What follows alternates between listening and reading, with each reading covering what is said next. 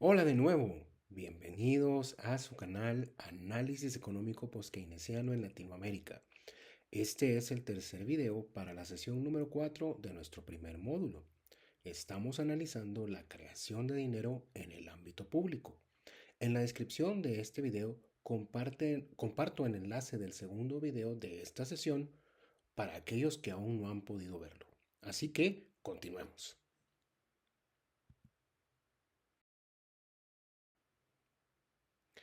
A continuación en nuestra agenda vamos a analizar el financiamiento del Estado de acuerdo con el análisis económico post-keynesiano.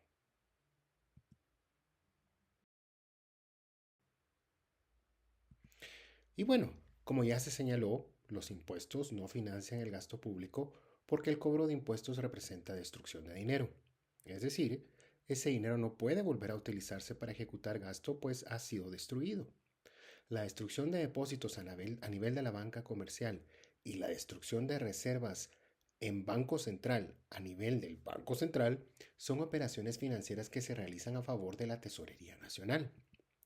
Generalmente estos recursos, es decir, ese dinero destruido, tiene como destino la cuenta que la Tesorería Nacional posee en el Banco Central.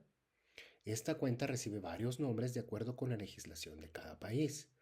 Berkeley y otros autores informan que en Reino Unido la cuenta recibe el nombre Consolidated Fund. Enz informa que en Alemania la cuenta recibe el nombre Zentralkonto des Bundes. El Ministerio de Finanzas informa que en Guatemala la cuenta recibe el nombre Cuenta Única de la Tesorería.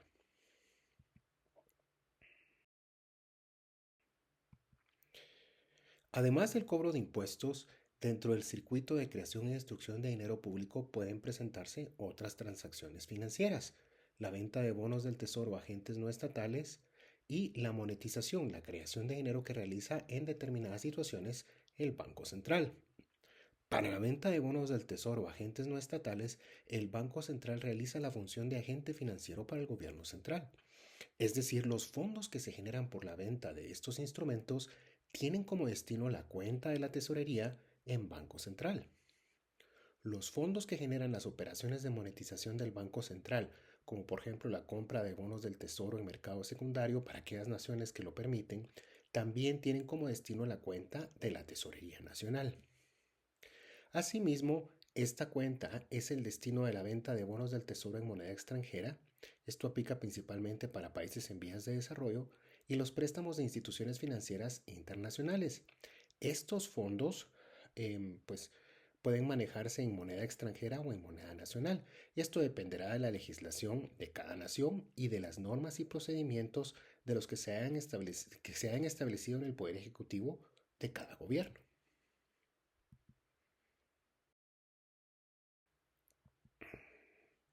La cuenta de la Tesorería Nacional entonces es el destino común de los fondos generados por las siguientes transacciones financieras: el cobro de impuestos, los fondos generados por la venta de bonos a agentes no estatales y la monetización que realiza el Banco Central. Esto podemos apreciarlo en la siguiente figura, cómo estos ingresos pues tienen como destino la cuenta de la Tesorería Nacional en Banco Central. Generalmente el Estado puede dar la orden al Banco Central a que ejecute gasto público solamente si existen fondos en la cuenta de la Tesorería Nacional.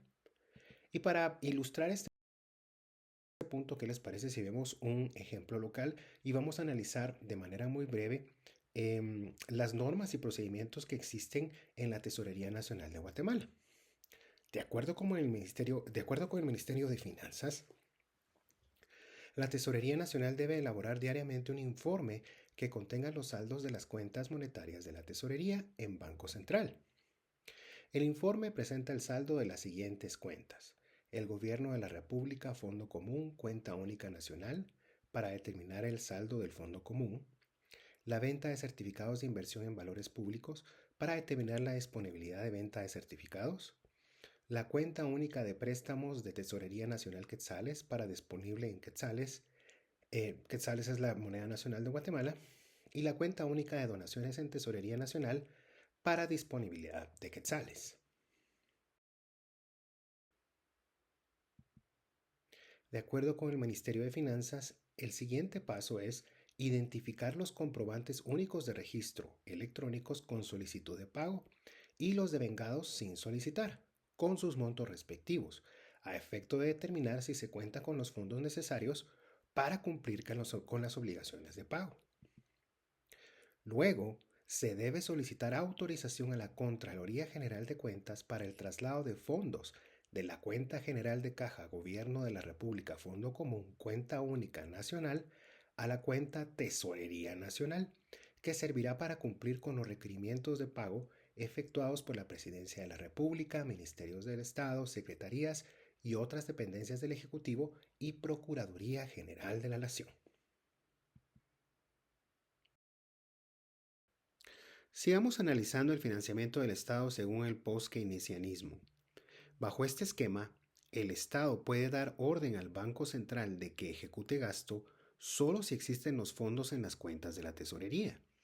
Sin embargo, debe de tenerse presente que los fondos disponibles en la cuenta de la Tesorería Nacional no representa dinero que se pueda gastar, puesto que estos fondos no se reciben en forma de depósitos en bancos comerciales como normalmente se cree.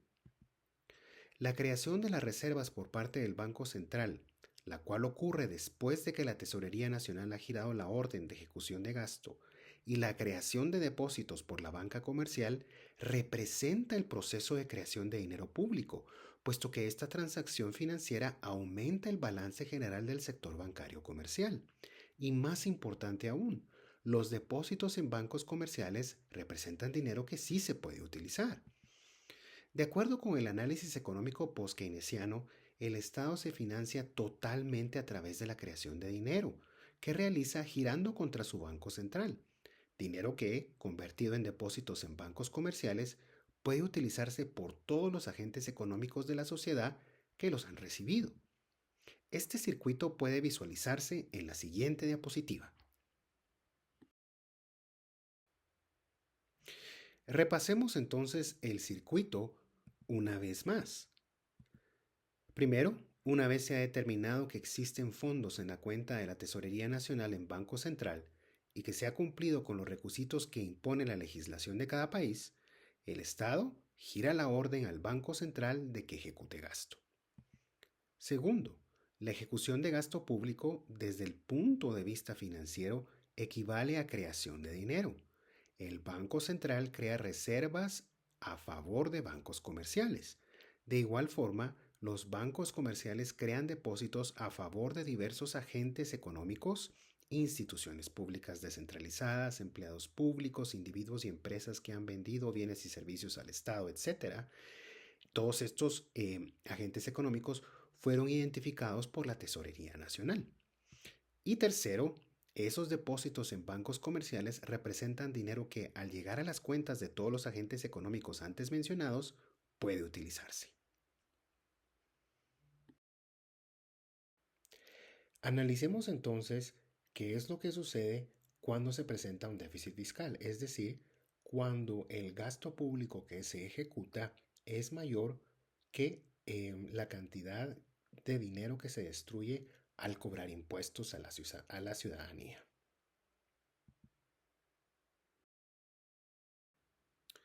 Analicemos entonces lo que sucede cuando se presenta un déficit fiscal.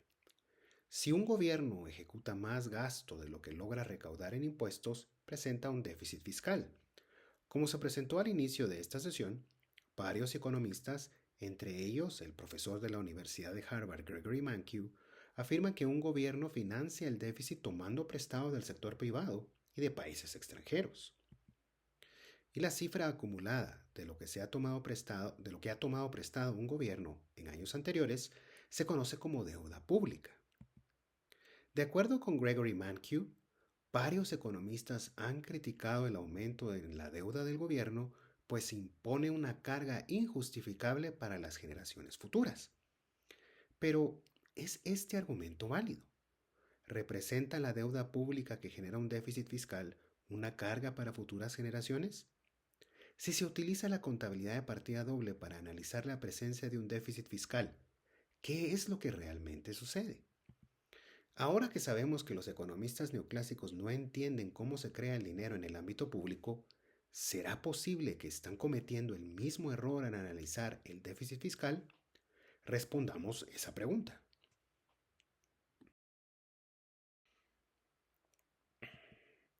Analicemos entonces la presencia de un déficit fiscal. Se asume que el gobierno de una nación en Latinoamérica ejecuta gasto público por 100 unidades monetarias, pero logra cobrar impuestos únicamente por 90 unidades monetarias, es decir, tiene un déficit fiscal por 10 unidades monetarias. Debe analizarse esta situación utilizando el circuito monetario recién presentado. A ver, miremos. Para poder girar la orden de ejecución de gasto, por legislación, la cuenta de la Tesorería Nacional en Banco Central debe contar con los fondos para ejecutar gasto. Y una vez se ha verificado que se cuenta con los fondos y se han cumplido con los requisitos legales, el Estado ordena al Banco Central la ejecución de gasto público por 100 unidades monetarias. Digamos, esto sucede durante un año calendario. Durante ese mismo periodo, el Estado logró recolectar en impuestos 90 unidades monetarias. Se produce un déficit fiscal por 10 unidades monetarias. Miremos entonces de forma gráfica, analizando las cuentas T de la Tesorería Nacional, el Banco Central, la banca comercial y el sector privado, miremos qué es lo que sucede al presentarse esta situación. Entonces, al analizar las cuentas T de los agentes económicos involucrados en la presencia de un déficit fiscal, vemos que se destruyen menos recursos al cobrar impuestos de los que fueron creados al ejecutar gasto. Para comenzar, analicemos la primera línea de las 4 cuentas T y analicémosla de izquierda a derecha, siguiendo la secuencia que muestran las flechas de color rojo. Una vez se ha determinado que la cuenta de la Tesorería Nacional tiene los fondos suficientes para ejecutar gasto y que se ha cumplido con todos los requisitos legales, la Tesorería ordena al Banco Central ejecutar gasto. El Banco Central crea reservas en Banco Central a favor de bancos comerciales. Esto sucede del lado del activo del balance general de los bancos comerciales. Del lado del pasivo del balance general de la banca comercial, los bancos comerciales crean depósitos a favor de los agentes económicos identificados por la Tesorería Nacional. De nuevo, en el circuito de creación de dinero público, las reservas en Banco Central crean depósitos. Y en la cuenta T del sector privado, vemos que los agentes económicos tienen un nuevo activo, los depósitos que creó los bancos comerciales a favor de sus clientes. Ahora analicemos la segunda fila, pero hagámoslo de derecha a izquierda siguiendo la secuencia que muestran las flechas de color azul. El Estado cobra impuestos. Los contribuyentes al fisco utilizan sus depósitos para pagar los impuestos, por lo que disminuyen sus activos. En la cuenta T de la banca comercial, vemos que el pago de impuestos por los contribuyentes al fisco tiene un efecto tanto del lado del pasivo como del lado del activo. Del lado del pasivo se han destruido depósitos y del lado del activo, el Banco Central ha destruido reservas en Banco Central, es decir, disminuye el balance general de la banca comercial, se ha destruido dinero. El pasivo del Banco Central no se altera, pues al destruirse reservas en Banco Central a favor de la banca comercial, ha disminuido el pasivo del Banco Central. Recordemos que las reservas en Banco Central representan un pasivo para el Banco Central. Sin embargo, el Banco Central tiene ahora un nuevo pasivo: los fondos de dinero destruido que ingresan a la cuenta de la Tesorería Nacional en Banco Central. Ahora, al analizar la tercera fila de las cuentas T, podemos visualizar las consecuencias en la sociedad de la presencia de un déficit fiscal. Analicemos la tercera fila de las cuentas T de derecha a izquierda. Es claro que el sector privado se encuentra en una posición de superávit financiero, pues recibió 100 unidades monetarias en depósitos cuando el Estado ejecutó gasto, pero se destruyeron depósitos en el equivalente de 90 unidades monetarias cuando el sector privado pagó impuestos. Esto significa que el déficit fiscal ha generado una posición de superávit para el sector privado equivalente a 10 unidades monetarias. ¿Qué ha sucedido en el balance general de la banca comercial? Bueno, Puede visualizarse que la banca comercial tiene un excedente de depósitos del lado del pasivo a favor de sus clientes, a favor del sector privado, pero también tiene un excedente de reservas en Banco Central del lado del activo. Es decir, la presencia de un déficit fiscal ha generado un excedente de reservas en Banco Central para la banca comercial. Y del lado del Estado, representado aquí por la tesorería, vemos que la presencia de un déficit fiscal ha generado una posición de déficit para el Estado equivalente a 10 unidades monetarias. Es decir, el superávit del sector privado es equivalente al déficit del Estado. Pero, por legislación, la cuenta de la tesorería no puede estar en números negativos. Deben haber fondos para ejecutar gasto. Por ley, se emiten bonos del Tesoro por el equivalente del déficit para llevar la cuenta de la tesorería a territorio positivo. Y la banca comercial puede utilizar el exceso de reservas en Banco Central para comprar los bonos que el Estado emitiría para llevar la cuenta de la tesorería a números positivos.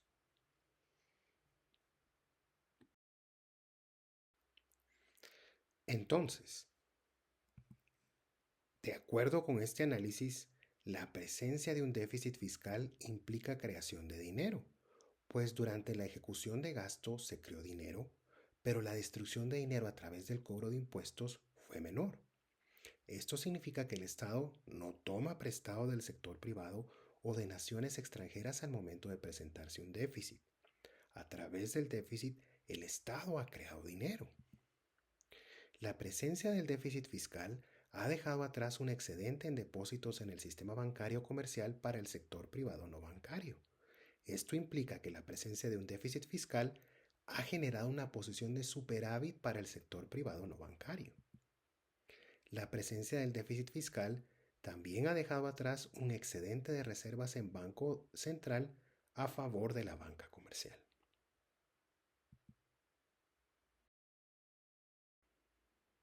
Sigamos viendo entonces qué sucede cuando se presenta un déficit fiscal.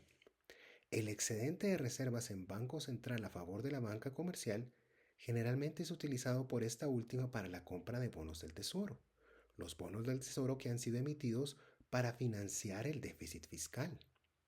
La compra de bonos por parte de la banca comercial utilizando el excedente de las reservas en Banco Central cumple una función fundamental en la política monetaria.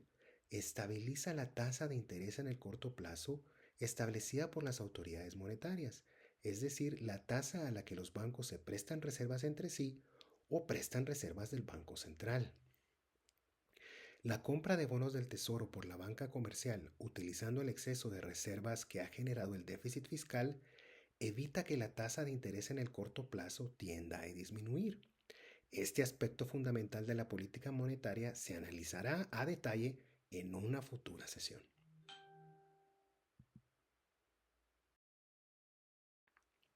Sigamos analizando entonces las consecuencias de la presencia de un déficit fiscal según el análisis post-keynesiano. Por legislación, el gobierno que presenta un déficit fiscal debe financiarlo, pero estos fondos no tienen como objetivo financiar el gasto público, pues este se financia completamente a través de la creación de dinero. Por ley, los gobiernos deben emitir bonos del Tesoro por el equivalente del déficit para llevar la cuenta de la Tesorería Nacional en Banco Central a territorio positivo, pues es requisito legal que existan fondos en la cuenta para ejecutar gasto. Los países industrializados emiten bonos del Tesoro denominados en moneda local, la moneda que su gobierno emite y administra. Esto se debe a que existe una alta demanda por estos instrumentos en mercados internacionales. Los países en vías de desarrollo lo financian de tres formas: emitiendo bonos del Tesoro denominados en moneda local, lo que se conoce como deuda interna, emitiendo bonos del Tesoro denominados en moneda extranjera y tomando préstamos denominados en moneda extranjera de instituciones financieras internacionales. Como se analizará en una futura sesión, la deuda pública denominada en la moneda que un país emite y administra en realidad no representa deuda.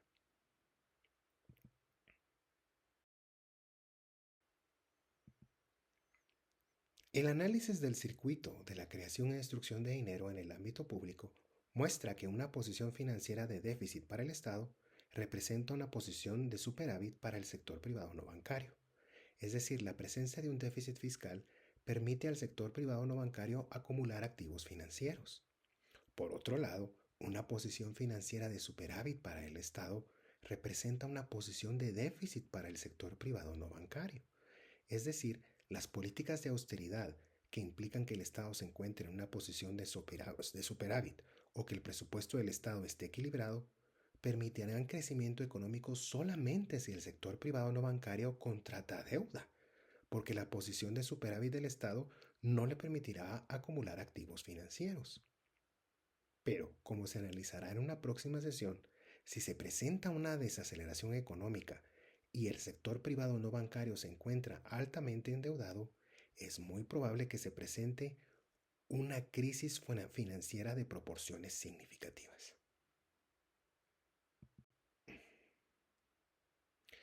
Bueno, sigamos entonces analizando la presencia de un déficit fiscal.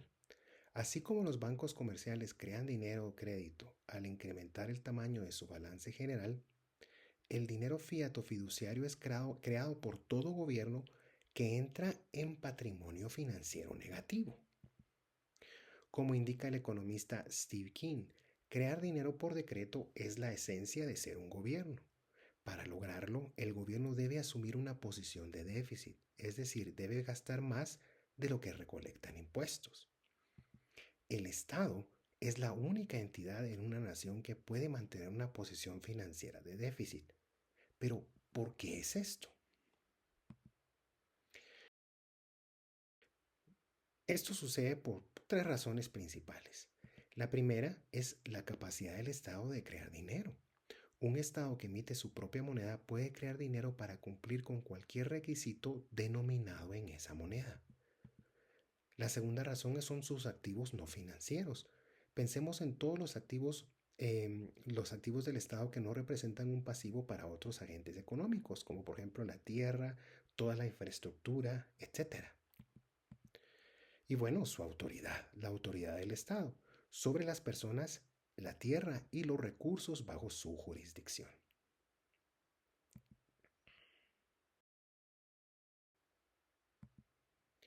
Entonces, hablemos un poquito más sobre la posición de déficit del Estado. La posición de déficit del Estado permite al sector privado acumular activos financieros, es decir, permite el ahorro. Por esta razón, la herramienta de política pública conocida como deuda pública se vuelve fundamental. Toda nación con políticas públicas sanas debe saber administrar su deuda pública. Y como se analizará también en una sesión más adelante, esta deuda de preferencia debe estar denominada en la moneda que el gobierno emite y administra. Este asunto es complicado para países en vías de desarrollo, como lo vamos a ver más adelante. ¿Es necesaria una posición de déficit permanente del Estado? No necesariamente. Como se analizará en la sesión sobre la economía abierta, existe una opción para que el sector privado y el Estado se encuentren en superávit a la vez. Que la cuenta corriente de la balanza de pagos de la nación se encuentre en superávit. Sin embargo, para que esto se presente es necesario que el superávit de la cuenta corriente sea considerablemente mayor al superávit del Estado y el superávit de la cuenta corriente se deba a un superávit comercial. Es decir, que la posición de superávit de la cuenta corriente de la balanza de pagos se deba a que la nación está exportando más bienes y servicios de los que está importando.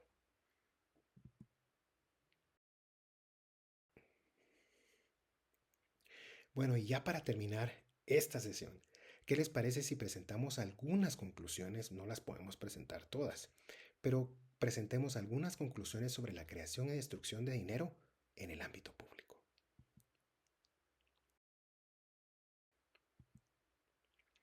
A continuación se presentan solamente algunas conclusiones sobre el circuito de creación y destrucción de dinero público o dinero fiat. En futuras sesiones se presentarán más conclusiones tras presentar más características importantes de este circuito. La primera es que, en realidad, todo gobierno que emite su propia moneda puede ejecutar gastos sin necesidad de generar una provisión previa de fondos a través del cobro de impuestos y de venta de bonos del tesoro. En realidad, el gobierno crea el dinero de la nada cada vez que ejecuta gasto público. El requisito de que deben haber fondos en la cuenta de la Tesorería Nacional para ejecutar gasto es un requisito legal, mas no un requisito financiero. El cobro de impuestos representa destrucción de dinero que ha creado el Estado al ejecutar gasto. Por lo tanto, su función no es financiar el gasto público. El cobro de impuestos es en realidad una herramienta de política pública fundamental para lograr una gran variedad de objetivos económicos y sociales. Estos objetivos se van a analizar en la próxima sesión.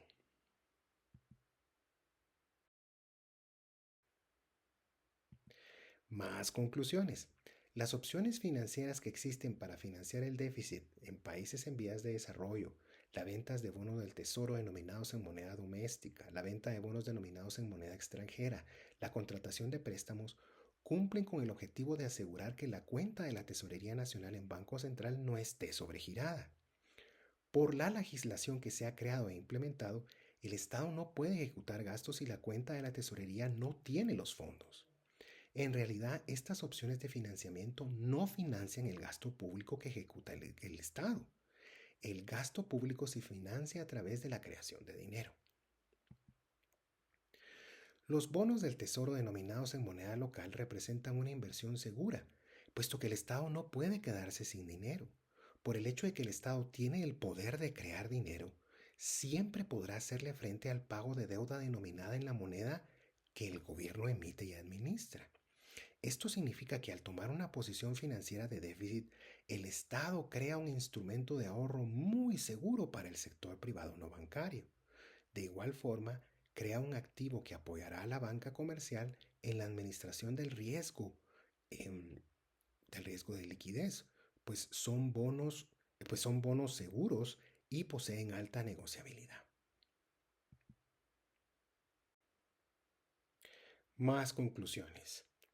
Gregory Mankiw y los economistas neoclásicos se equivocan una vez más al argumentar que la deuda pública representa una carga injustificable para futuras generaciones. Esto es totalmente equivocado. La deuda pública denominada en la moneda que un Estado emite y administra no representa una carga para futuras generaciones. Representa en realidad riqueza para generaciones actuales. Recordemos la conclusión que se alcanzó hace un momento.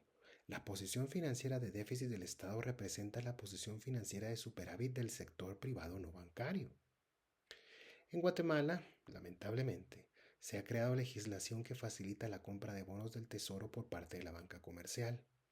Es decir, la posición de superávit para el sector privado que genera el Estado al tomar una posición de déficit está beneficiando principalmente a los accionistas y a los principales ejecutivos de la banca comercial. Es necesario crear la estructura macroeconómica que permita que todos los contribuyentes al fisco estén en posición de comprar estos bonos. Haciendo una analogía, la deuda pública denominada en moneda local debe funcionar como el seguro social. Así como todos los contribuyentes al seguro social pueden beneficiarse de él, todos los contribuyentes al fisco deben de beneficiarse de la deuda pública, es decir, deben de poder beneficiarse del activo financiero seguro que el Estado crea para que la ciudadanía pueda ahorrar.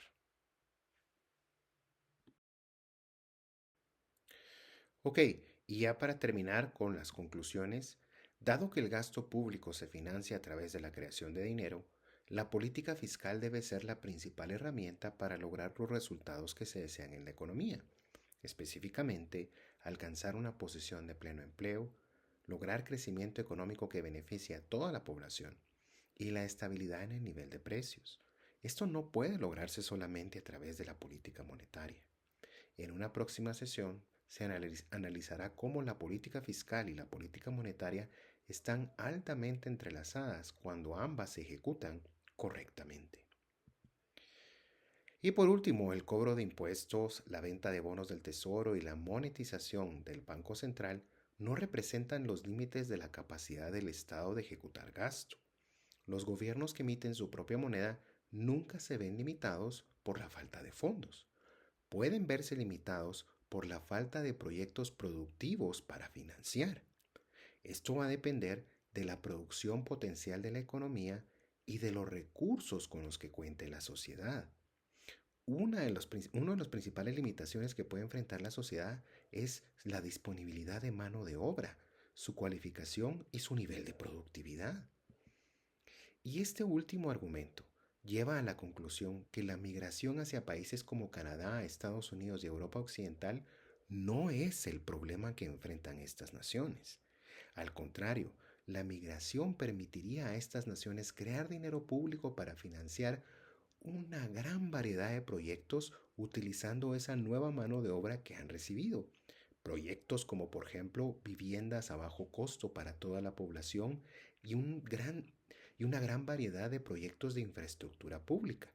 De nuevo, el problema no es la migración que estas naciones reciben.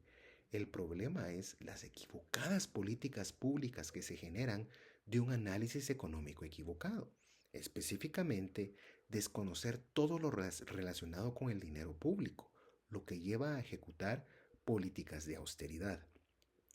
Se culpa a los migrantes de la situación que enfrentan estas naciones, cuando la verdadera causa del problema son las políticas de austeridad en Canadá y en Europa Occidental, en esta última especialmente desde la introducción del euro, y el gasto ineficiente de dinero público en Estados Unidos, específicamente ese gasto absurdo en el ejército y en la financiación de guerras. Y bueno, en la próxima sesión se analizarán las verdaderas funciones de los impuestos y se discutirán algunos de los objetivos económicos y sociales que pueden lograrse a través de ellos. De nuevo, agradezco a los señores de SlidesGo por permitirme utilizar su fuente para estas diapositivas en Microsoft PowerPoint. Muchísimas gracias.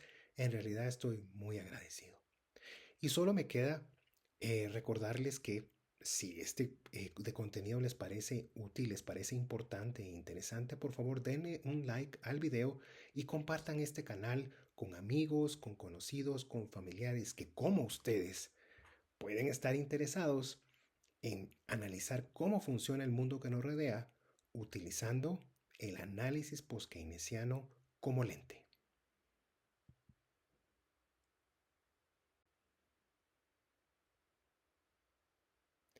Muchas gracias a todos y hasta el próximo video.